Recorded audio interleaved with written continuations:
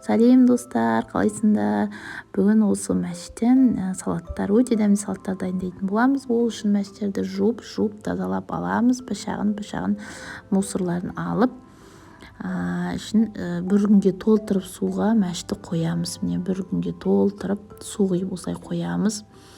Міне одан кейін кездесу күні түні осылай қоямыз. Яғни судан шығарып, су толтырмай қоямыз. Міне осы бетін жауып салфеткамен табаққа, міне қараңыздар, мәссаған мынандай болып тамырлар шығып кеткен екен.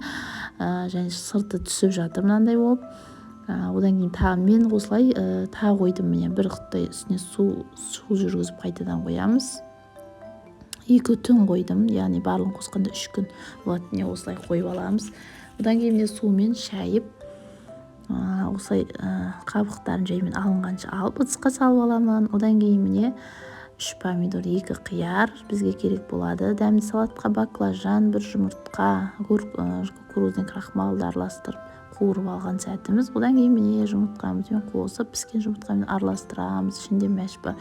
Өте дәмді. Бұл мәштің құрамында достар өте цинк, железо, магний, фосфор, міне осындай дәнді дәрумендер толып жатыр. Одан кейін бізде екінші салат, міне осындай морозилькке қатырылған укроп, жуамызды салып, лимонның қышқылын құйып аздап, одан кейін оливковый май, құрамы өте дәруменге бай салаттар тататын боламыз. Өте дәмді.